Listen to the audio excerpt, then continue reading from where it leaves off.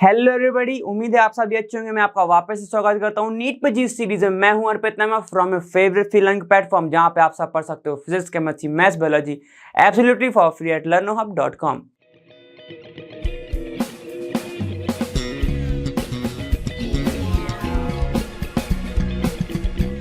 तो बच्चों, अब बारी है हमारे कॉन्सेप्ट एड ऑन की, ठीक है। और इसको मैं उम्मीद कर रहा हूं कि आप सभी बहुत अच्छे से करेंगे, नोट्स बना के करेंगे, क्योंकि अगर एक बार आपके नोट्स स्ट्रांग बन गए तो आपको कोई भी नहीं रोक सकता सॉल्यूशन को सॉल्व करने के लिए और सॉल्यूशन चैप्टर को सॉल्व करने के लिए, सॉल्यूशन के सॉल्यूशन निकालने के लिए कोई भी नहीं रोक सकता। तो कॉन्सेप्ट को एकदम स्ट्रांग रखना और सारे न्यूमेरिकल को अच्छे से देखना।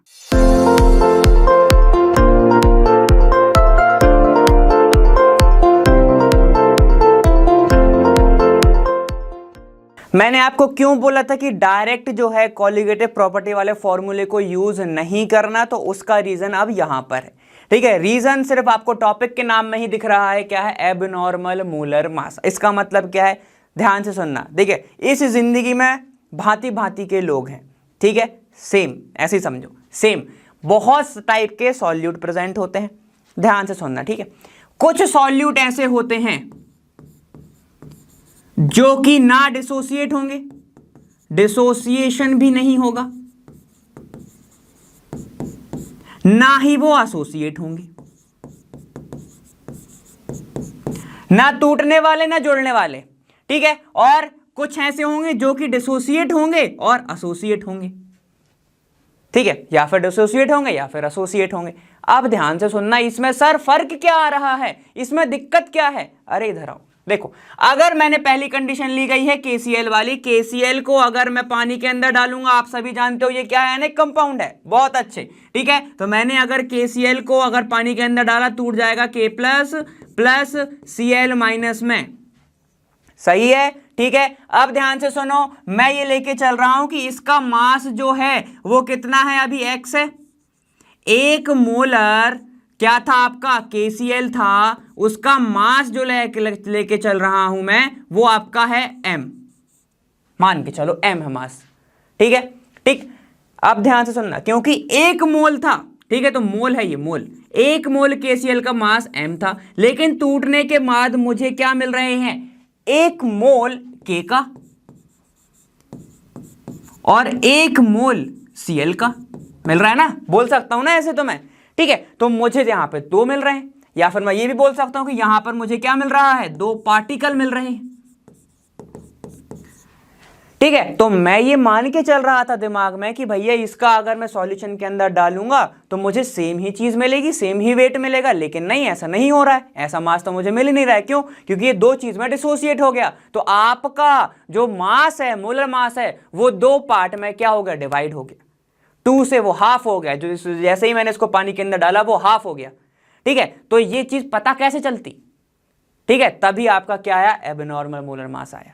और अगर मैं ये मान के चल रहा हूं कि जैसे जितना वेट यहां पर है उतना ही वेट यहां पर है, और वही चीज मैंने फॉर्मूले में पुट कर दी कॉलिगेटिव प्रॉपर्टी की, तो मुझे वैल्यू गलत मिल जाएगी, ठीक है। ये पहला एग्जाम्पल। अब दूसरा देखो, एक एग्जाम्पल है ये।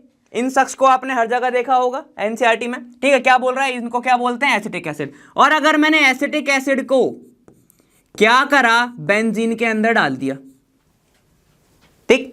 मैंने इसको डाल दिया बेंजीन के अंदर, तो ये साहब जी क्या हो जाते हैं? ये डाइमराइज हो जाते हैं, ये हो जाते हैं डाइमराइज, ठीक है। मतलब कि अगर इसका मोलर मास मैंने लिया हुआ है 60 बाहर से, जब मेरे हाथ में था, जैसे ही मैंने बेंजीन के अंदर डाला गया तो मुझे मिल रहा है 120, लगभग डबल हो गया, लगभग डबल हो गया। मतलब जो उसका मास एक्चुअल में है ही नहीं, वो शो कर रहा है, ठीक है। तो अगर अब मैं क्या करूं? फॉर्मूले के अंदर 120 पुट कर दूं, तो मेरा कॉलिगेटिव प्रॉपर्टी में जो मेरा फॉर्मूला है वो गलत हो जाएगा।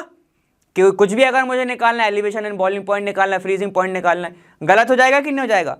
बिल्कुल गलत हो जाएगा। इसी को सॉल्व करने के लिए एक फैक्टर को लाया गया जिसको बोला जाता है वांट ऑफ फैक्टर, ठीक है। समझो आगे, ये रहा, ठीक है। इसकी डेफिनेशन मैंने सिंपल सी लिखी हुई है, डेफिनेशन नहीं है। Van't Hoff factor is denoted by i. I सब चीज बता देगा, ध्यान से सुनो। आई क्या होता है? आई बताता है आपका नॉर्मल मास, अगर आपको जो दिख रहा है नॉर्मल मास, और आपको एबनॉर्मल मास, इसको मैं कैसे लिख सकता हूं, ध्यान से सुनना।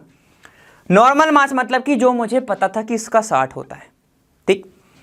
एबनॉर्मल मास मतलब कि अरे जो मुझे 120 मिला एसिटिक एसिड का, वो तो 60/120 हाफ हो गया, ठीक है भाई, ठीक है। अब आई क्या होता है, एक और आई होता है observed colligative property divided by calculated colligative property, ये भी आई होता है। एक और आई होता है, आई क्या होता है, number of particle divide by number of particle. Sir ये क्या लिख दिया, अरे आगे तो सुन लो, आगे ही तो मेन है। Number of particle after dissociation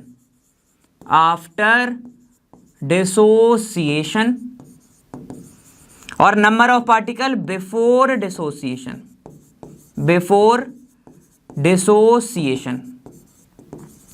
ये क्या होता है, सब के सब आई होते हैं। आई क्या होता है, वॉन टॉप फैक्टर होता है, ठीक है। तो ये सारा का सारा जो पोल है वो खोल देता है।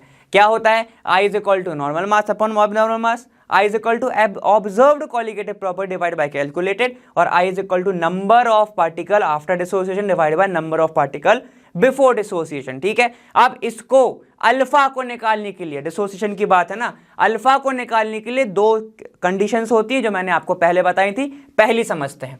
तो देखो इस केस में क्या होगा, अब KCl है, अपन ने अभी देखा कि वो टूट रहा है, ठीक है। तो देखो क्या होगा, condition number 1 van Hoff factor के लिए क्या लिखेंगे अपन, सबसे पहले तो पेन का कलर चेंज करा जाएगा। क्या लिखेंगे, देखो KCl जो है पानी में गया, पानी में जाके अरे भैया वो तो टूट गया K++ Cl- में, ठीक है। जब टाइम 0 होगा, तो वो कितना होगा, अपन मान के चलते हैं वो 100% प्रेजेंट है, मतलब 1 मोल इसका प्रेजेंट होगा। क्योंकि टाइम 0 है, पानी में मैंने नहीं डाला है, तो ये सारे के सारे टूटेंगे ही नहीं, तो ये 0 होगा, ये भी 0 होगा। सिंपल सी बात है, ऐसा ही होगा, ठीक है। तो चलो अब अपन इसको करते हैं। अब अगर मैंने मान लिया टाइम इज इक्वल टू, मेरे पास हो गया है, मान के चलते हैं T, ठीक है, कोई टाइम तो हो गया है। तो इसमें से कितना टूटेगा, 1 - हाफ इसमें से टूट जाएगा अल्फा। यहां कितना बचेगा, यहां बनेगा n अल्फा टोटल, ठीक है, मतलब नंबर ऑफ अल्फा बनेंगे ना यहाँ पे, तो मैंने सीधे n अल्फा लिख दिया दोनों का। क्लियर। तो देखो अब यहाँ पर क्या होगा, ध्यान से देखना। तो मैं जब इनको प्लस करूंगा क्या आएगा, देखो वॉन टॉप फैक्टर क्या हो रहा था, वॉन टॉप फैक्टर बोलता था कि आपका ions after dissociation upon before dissociation. तो यहाँ पे लिख रहा हूं मैं after dissociation upon before dissociation, ठीक है। मैंने पूरा नहीं लिखा है क्योंकि अपन पहले लिख चुके हैं। चलो तो ये क्या होगा, देखो आई की जो वैल्यू है वो कितनी आ रही है, 1 - अल्फा प्लस n अल्फा, ठीक है। देखो भाई यहां पर n अल्फा क्यों लिखा है, सर इसके भी अल्फा पार्टिकल होंगे, इस पे भी कुछ अल्फा पार्टिकल होंगे, तो मैंने टोटल को कितना मान लिया, n अल्फा मान लिया। क्लियर है। तो चलो देखो ये हो गया आपका क्या, आफ्टर डिसोसिएशन, मतलब time is equal to T पर इतने टूट गए थे तब। अब देखो बिफोर डिसोसिएशन क्या होगा, ये तो था ही नहीं, ये सिर्फ था, तो यहां पर डिवाइड में मैं 1 कर दूंगा। अब मैं 1 करूं या ना करूं, बात तो एक ही है भाई। चलो देखो आई की वैल्यू निकालो, आई इज इक्वल टू क्या आया, आई माइनस अल्फा को मैंने कॉमन ले लिया, ठीक है। आई क्या आई, 1 - अल्फा को मैंने कॉमन ले लिया, यहां पे कितना बचेगा, यहां बचेगा 1, यहां प्लस है तो माइनस हो जाएगा, ये माइनस, और ये बच गया आपका n, ठीक है। ये बन गया आपका फाइनल फॉर्मूला, ठीक है। तो आप यहां से सारी वैल्यूज निकाल सकते हो। अब कभी कभी क्या पूछ लेता है कि अल्फा की क्या वैल्यू बनेगी, ठीक है। तो अल्फा की वैल्यू यहां से निकालूंगा तो क्या आएगा, देखो सबसे पहले तो पूरा का टर्म इधर ले आओ, तो ये हो जाएगा 1 - आई डिवाइडेड बाय ये alpha is equal to alpha, और ये चला जाएगा 1 - n, ठीक है। तो देखो दो फॉर्मूले निकल आए, अपन तो एक के लिए आए थे, ठीक है। दो फॉर्मूले निकल आए, क्या, एक तो अगर आपको आई की वैल्यू निकालनी है, ठीक है, और आपको अगर डिसोसिएशन दिया हुआ है कि इतना डिसोसिएट हो रहा है, मान लो उसने लिख दिया 0.5% डिसोसिएट हो रहा है, तो अल्फा की वैल्यू कितनी आ जाएगी, 0.5 डिवाइड बाय 100, ये आपकी वैल्यू आ गई। या फिर डायरेक्ट 0.5 पुट कर दो, और आपको पता है कि इतने n बन रहे हैं, ठीक है, कितने n है मतलब कितने नंबर ऑफ पार्टिकल टूट रहे हैं, तो यहां पे पुट करो डायरेक्ट वैल्यू आ जाएगी, ठीक है। तो ये हो गई आपकी एक वैल्यू, और अगर अल्फा की पूछ ले तो बस आपको तितर बितर करना है फॉर्मूले को, तो ये वाला फॉर्मूला आपके सामने निकल के आ जाएगा। ठीक है, लेकिन ध्यान से सुनना, ये बात किसकी है, ये हो रहा है टूटा टाटी। ठीक है, तो मैं इसके लिए लिख दे रहा हूं कंडीशन नंबर 1 कौन सी हो गई, ये टूट रहा है ना, तो for dissociation, for dissociation. Clear है यहां तक? फॉर ये किसके लिए है, डिसोसिएशन के, मतलब कि जब कोई कंपाउंड टूटने जाएगा तब आप आई कैसे निकालोगे, इस फॉर्मूले से। दिख रहा है? सिर्फ इतना याद रखो, बाकी कोई याद रखने का जरूरत नहीं है। और अगर नहीं भी बन रहा है एग्जाम में और इतनी सारी चीजें पता है आपको, आई का ये वाला फॉर्मूला पता है, तो ये निकाल के ले आओगे। आगे चलते हैं कंडीशन नंबर 2 पर। अगर भैया कोई डिसोसिएट हो रहा है तो एक एसोसिएट होगा, अपन ने अभी पढ़ा। जैसे ही मैं बेंजीन को एसिटिक एसिड को बेंजीन में डाल देता हूं तो वो क्या बना लेता है, डाइमर। वो यहां पर देखो बॉन्ड बना ले रहा है। ये कौन सा बॉन्ड है वैसे? अगर एक बॉन्ड हाइड्रोजन और ऑक्सीजन के बीच में बन रहा है तो मैं इसको कौन सा बोल सकता हूं, हाइड्रोजन बॉन्ड। ठीक है, तो यहां पर क्या हो रही है, बॉन्डिंग हो रही है।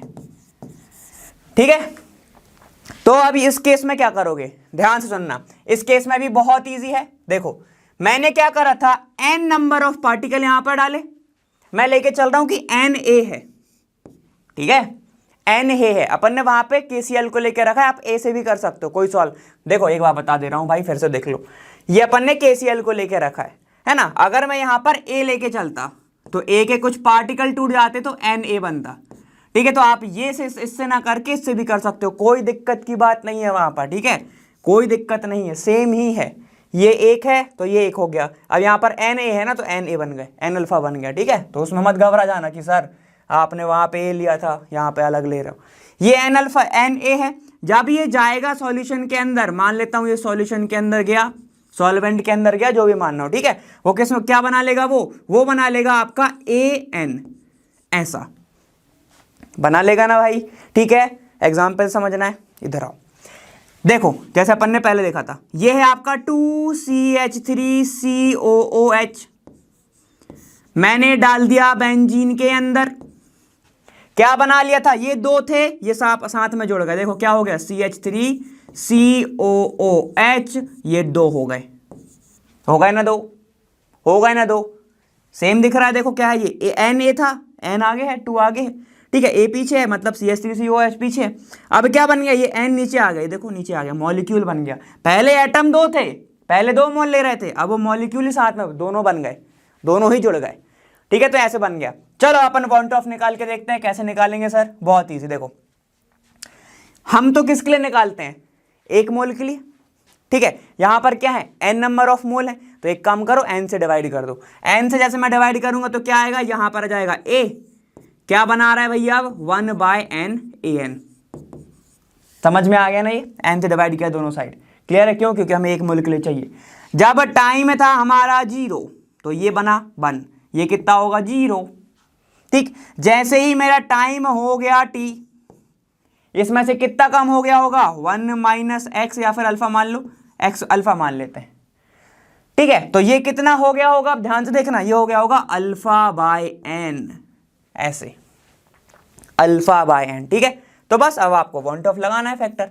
आई क्या होता है, आई होता है डिसोसिएशन बिफोर वाला, before dissociation BD/AD,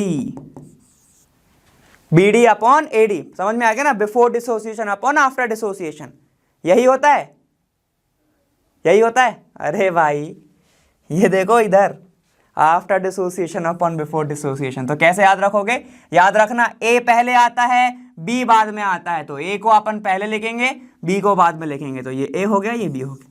after dissociation upon before dissociation. चलो पुट करते हैं, आफ्टर डिसोसिएशन की वैल्यू क्या है, ये वाला है ना आफ्टर, तो ये हो जाएगा 1 - अल्फा प्लस α/n। कोई दिक्कत नहीं होनी चाहिए। डिवाइड बाय बिफोर डिसोसिएशन, एक ही तो है, तो यहाँ पुट कर दो 1, आई की वैल्यू निकालो। तो आई इज इक्वल टू, देखो क्या आ रहा है, आई इज इक्वल टू आ रहा है 1 - अल्फा, फिर से कॉमन ले लिया तो कितना बचेगा, 1 माइनस ये बचा आपके पास 1/n, ये बचा। अब इसको सॉल्व करना है तो सॉल्व कर लो, नहीं करना तो कोई दिक्कत नहीं। अगर आज आपसे आपको अल्फा का फॉर्मूला निकालना है तो alpha is equal to I - 1 ठीक है, 1 माइनस आई आएगा, सॉरी बस यहाँ से ये हटा दो और क्या, बिंदी हटा दो 1 माइनस आई डिवाइड बाय ये पूरा का पूरा जाएगा 1 माइनस 1 अपॉन एन, या फिर इसको और सॉल्व करना है तो कोई दिक्कत नहीं है।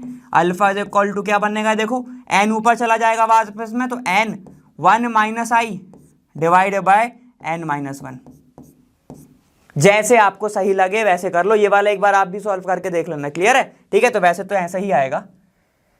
चलो, तो आपको इंपॉर्टेंट क्या है, ये समझना, क्या समझना, ये समझना, क्लियर है ना, ठीक है। और अल्फा निकालना है तो अल्फा कैसे निकालोगे, इस तरीके से, इस तरीके से निकालोगे। मैंने कुछ नहीं किया है, इसका एलसीएम ले लिया है, बाकी एन को ऊपर भेज दिया है, होता है ना ऐसा, तो उल्टा हो जाता है ना, वो जो ऊपर है वो नीचे जाता है, ठीक है। तो ये मैंने करा है, बाकी कुछ अलग नहीं करा, क्लियर हो गया ना। तो बस आपको इस तरीके से याद रखना है। और ये क्या है, अपन ने पिछला क्या पढ़ा था, फॉर डिसोसिएशन, ये क्या है हमारा, फॉर क्या, फॉर एसोसिएशन। तो मैं लिखूंगा फॉर एसोसिएशन, जिसमें अपना सबसे अच्छा एग्जाम्पल कौन सा है, एसिटिक एसिड इन बेंजीन,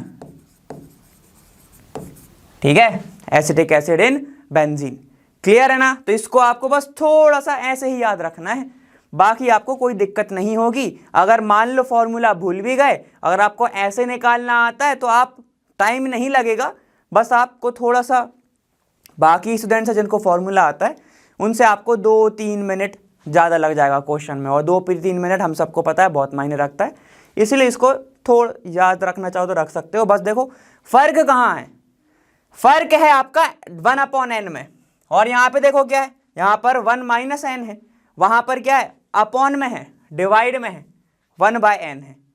तो बस इतना अगर याद रख लिया तो भी ठीक है भाई। अब देखो अल्फा की वैल्यू दे दी तो आई निकाल सकते हो, आई की वैल्यू दे दी तो पूरा का पूरा निकाल सकते हो, ठीक है।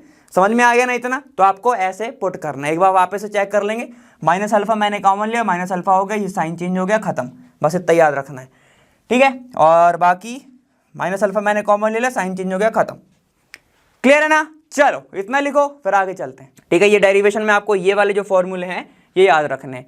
अब आपका आता है हेनरीज लॉ, बहुत छोटू सा लॉ है, बहुत इजी सा लॉ है, आप सभी जानते हैं। आप सभी ने क्या पी हुई है, कोल्ड ड्रिंक की बात कर रहा हूं भाई, ठीक है, आप सभी ने पी हुई है कोल्ड ड्रिंक्स, ठीक है।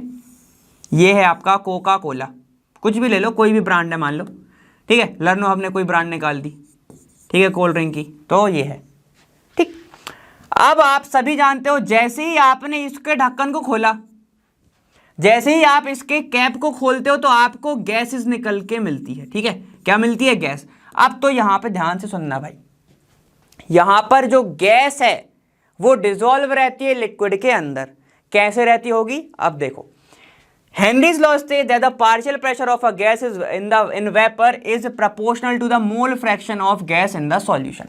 क्या बोल रहा है कि जो पार्शियल प्रेशर है गैस का वो प्रोपोर्शनल होता है क्या, मोल फ्रैक्शन ऑफ गैस की।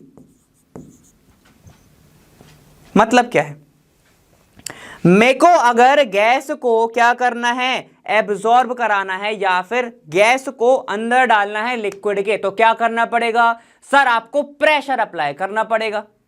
प्रेशर अगर मैं अप्लाई कर रहा हूं तो किस पे कर रहा हूं मैं, उसके मोल फ्रैक्शन पे ही कर रहा हूं ना, तो यही कह रहा हूं मैं, प्रेशर जो होता है, जैसे ही प्रोपोर्शनलिटी का साइन हटाऊंगा तो मुझे मिलेगा KH, और यहां पर X गैस, X गैस क्या है आपका, मोल फ्रैक्शन, ठीक है, और P क्या है आपका, पार्शियल प्रेशर, पार्शियल प्रेशर, ऐसे।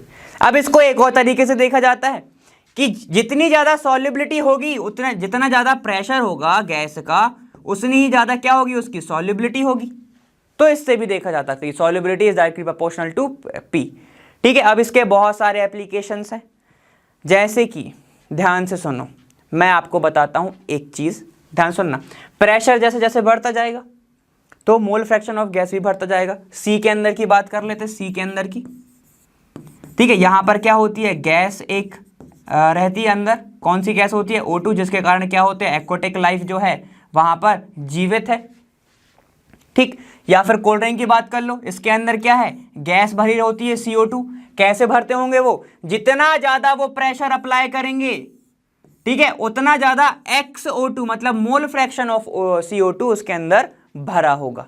क्लियर, समझ में आ गया? ठीक है, तो ये क्या होता है, बस हेनरीज लॉ होता है। तो आपको सिर्फ इतना ही समझना है, डायरेक्ट आप फॉर्मूले को पुट कर सकते हो। ठीक है, KH क्या होता है, KH होता है आपका हेनरीज कांस्टेंट, ये होता है हेनरी कांस्टेंट। ठीक है, ये सबसे इजी यही वाला पार्ट है, पूरा सॉल्यूशन के अंदर सबसे इजी यही वाला पार्ट है। कुछ नहीं करना, प्रेशर अप्लाई करो, गैस एब्जॉर्ब हो जाती है। ठीक है, अब एक चीज और, सारे जो फॉर्मूले हैं जैसे कि TF, ठीक है, तो यहां पे होता है KF इंटू मोलैलिटी। ठीक है, तो याद रखना सब में I का इंटू कर लो अब। ठीक है, TB is equal to KB into molality, इसमें भी I का इंटू कर लो अब। Pi is equal to I into CRT कर लो। क्यों? क्योंकि ये सारे के सारे सॉल्यूट जो हो रहा है ना, उसके ऊपर डिपेंड करेगा कि कितना टूट रहा है, कितना नहीं टूट रहा है। तो न्यूमेरिकल में आप इन फॉर्मूलेज का यूज करोगे, बाकी के फॉर्मूले का यूज मत करना।